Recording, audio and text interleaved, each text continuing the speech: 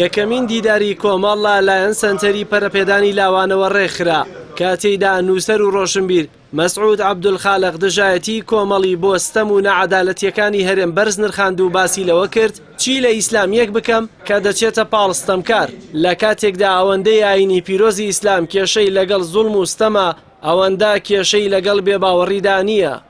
ئەو سیغی ئەمن لە دین گەیشتیمە دین ئەوەندە کێشەی لەگەر کوفر و ملحید و غەیرە دین نییە کێشەیوی لەگە زوڵمە لە کوردستانیش گەورەترین زوڵم دەکرێت ئەمە چ لە ئیسلامیەکی بکەم ئەگە چووتە پاڵ زوڵم هیچ خزمم نییە هیچ هەر ناشی ناسم با ناوی ئیسلامی با ڕیشی هەبی با مەندیلی هەبی ئەو فۆرمە و ئەو هەڵوێستە جوامێرانەی کە خەڵکی کوردستان بە شەهادە دایتیانە سەرکردەکەی کۆمەڵ ناویان لێنایە پیاوی مەرد ئەو پیاوی مەردا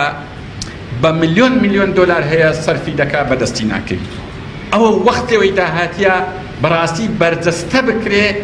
لە فۆرم و دێزاینێکی سیاسی نوێ لە کوردستان شکت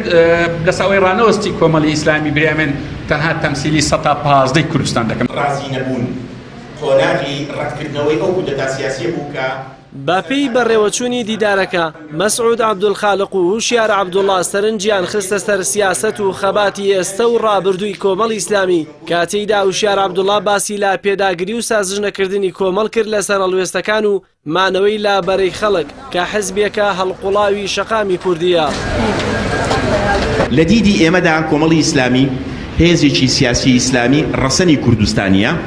پێمان وایە یەکێکە لەو هێزە مەدەنیانەی کە ئەزمونێکی دیار و تایبەتە قۆناغی ڕازی نەبوون قۆناغی ڕەتکردنەوەی ئەو کودەتا سیاسیە بوو کە بەسەر پارلەمانی کوردستان هات و بەسەر عملی سیاسی هات لە کوردستانی عێراقا و کۆمەڵی ئیسلامی یەکێک بوو لەو هێزانەی کە ئەتوانم بڵێم تاکە هێز بوو لە پاڵ بزوتنەوەی گۆڕانە کە نەیوت ئەمە ململانەی سیاسی نێوان گۆڕان و پارتیە بەڵکو بە جورئەتێکی سیاسیەوە وتی ئەمە کودەتایە بەسەر شەڕیەتە لە کوردستانی عێراقا و دیسانەوە ئەو کاتە پارتی دیموکراتی کوردستان و تا ڕادەیەکیش بەشێک لە هەواوەزەکانی هەوڵێکی زۆریاندا بۆ ئەوەی کە سکرتێری پەرلەمان ئەم هەڵوێستە مێژوویە بۆ کۆمەڵ تۆمار نەکا و لەگەڵ جێگری سەرۆکی پەرلەمانە لە ناو عملیەکە بمێننەوە و ئەگەر ئەو کاتە کۆمەڵ لەم مەوقیفەیە نەڕۆیشتایە کە من پێم وایە چەکە لە درێژەوەترین مەوقیفەکان.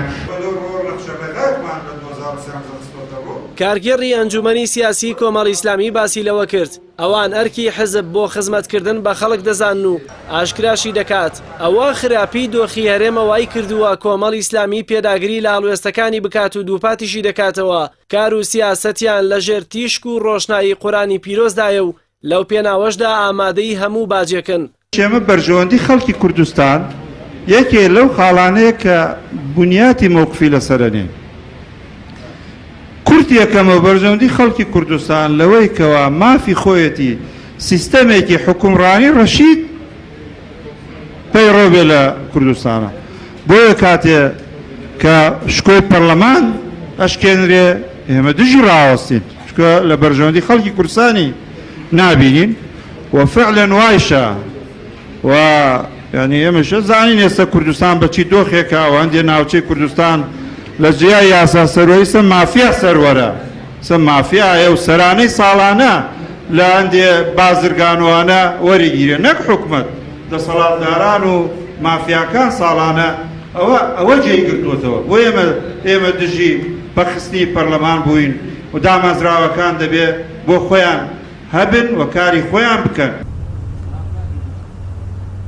ئەنجامی شەنوکەوی هەڵوێستەکانی ئێستا و ڕابردووی کۆمەڵ لەسەر دۆخی شێواوی هەرێم لای بەرەی ناڕازی و خەڵکی هەژار و ستەم لێکرا و جێگەی بایخن کە ئاینی پیرۆزی ئیسلامی کردووەتە بنەمای کار و سیاسەتی بەرهەڵستی ستەمکار و لەو پێناوەشدا بەردەوامە لە باجدان. جەلال محەممەد، کەناڵی ئاسمانی پەیام، سلێمانی.